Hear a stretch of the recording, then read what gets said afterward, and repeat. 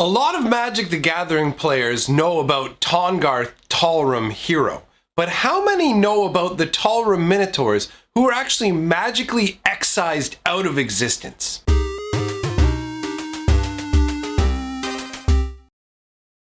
Greetings, owners of fine luxury cardboard rectangles. We are here today to talk about Talrum and the Talrum Minotaurs. Now, I'm going to do this lore video in a little slight different way than you're used to, at least when it comes to this channel. What I'm going to do is I'm going to pop off the screen and I'm going to let all the images flow around you while you just hear my beautiful, lovely voice in the background telling you all of the delicious details. So we are talking today about the Talrum Minotaurs, who are from the Talrum Mountains. Now, where are the Talrum Mountains located? They are located in Jamuura. What is Jamuura? In case you didn't know, Jamuura is a major supercontinent on Dominaria.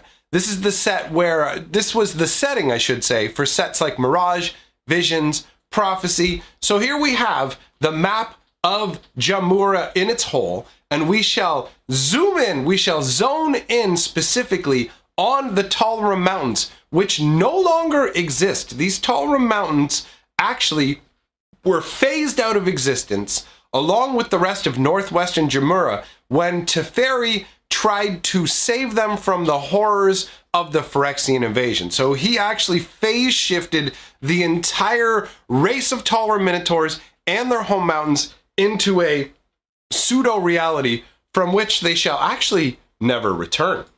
So when you take a look at the Talrum, there are a number of cards that represent them. There aren't a ton, but there is enough to give you an idea of what they were like and also to contrast against Tahngarth. We're going to be doing a lore video specifically about Tahngarth soon, and that's what led me down this path. I wanted to talk about the people of his homeland. So let's start out with the Talrum Minotaur. This was first printed in Mirage, and it's 2 red, 2 colors for a 3/3. It's got haste, and it says, don't insult a Talrum unless your mount is swift. And you can see a Talrum Minotaur, it looks like he is literally skidding down the side of the Talrum Mountains in such haste. You can see his beaded hair flowing out behind him. They have the beads and things like that. There's different clans with different amounts of beads. For example, Tahngarth was born into the clan of 3 beads. So you can see all the beaded hair of this Minotaur. You can see him swiftly just ripping down the mountain at what is clearly a high pace. I enjoy the fact that there are sayings. Other parts of the world have sayings specifically like, don't insult one of these Minotaurs unless your mount is swift. That says multiple things about the Minotaurs. That they take insults seriously, that they are very, very quick, and you will not escape them unless you have something like a horse, something of that nature, if you want to get away from the Minotaurs. Now, these Minotaurs aren't mindless brutes. In fact, the Talrum clan have their own religions, and some of them are dedicated to goddesses of learning, some of them gods of judgment. So they have their gods and goddesses in different categories. So you have the goddess of learning, who is Kindea. You have the god of judgment, Toron, and you'll actually see quotes of Toron specifically when you look at some of the flavor text on some of the cards associated with the Talrum. Anyways, this is your basic Talrum Minotaur. You can see they have a standardized overall brown appearance. That is the way that they look. We have a few different cards from the Talrum clan specifically. You have the Talrum Minotaur, you have the Talrum Piper, and this is 1 red, 4 colors for a 3/3. All creatures with flying able to block Talrum Piper do so. And the flavor text says, when the Talrum began to play, the dragons fell from the sky to squash the obnoxious noise. So this is music that to the Minotaurs may be soothing and enjoyable, but to all other creatures, it's just a cacophony. And the artwork actually shows a dragon just plummeting down towards this Minotaur, who is showing no concern whatsoever, just playing the pipes, possibly as a distraction for the rest of the clan to be able to maneuver in. And again, you can see the long beaded hair, and he does clearly have brown skin, even though the artwork is very orange, and reddish. Now, moving along, we have the Talrum Champion. Now, this is your next level. This guy is a step above your random everyday Minotaurs. So 1 red, 4 colorless, 3/3 first strike.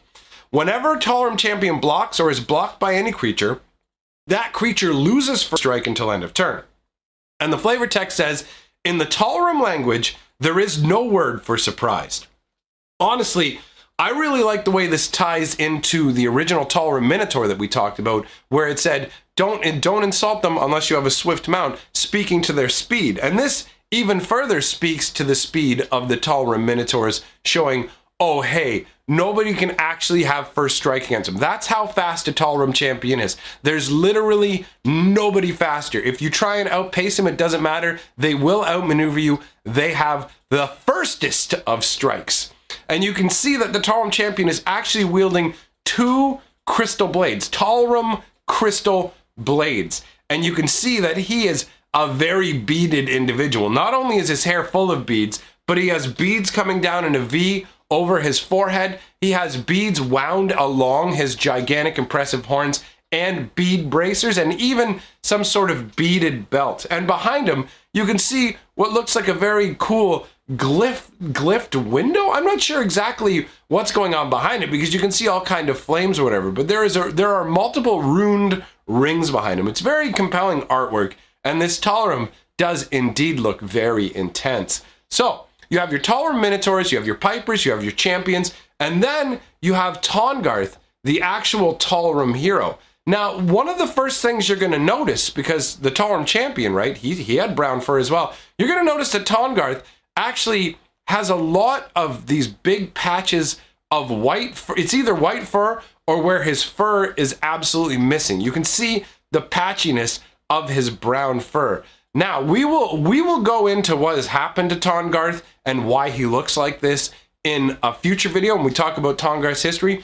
But it's important to note that the Talrum were very, very vain. They were very vain Minotaurs, and they placed a lot of value on beauty. First of all, they considered anything not a Minotaur to be ugly automatically, very similar to the elves of Lorwyn with the eye blight concept. They revisited that in Lorwyn. However, the Minotaurs specifically value personal beauty, and the sad truth is Tahngarth started out as a very beautiful Minotaur that they had high expectations for, but due to a tragedy, he unfortunately lost that beauty, and it became one of his biggest shames, in all honesty. It really weighed down on him. Now, we can see Tahngarth Talrum Hero is 2 red and 3 colorless for a 4/4, so he's bigger than any of the other Talrum Minotaur that we've seen at all.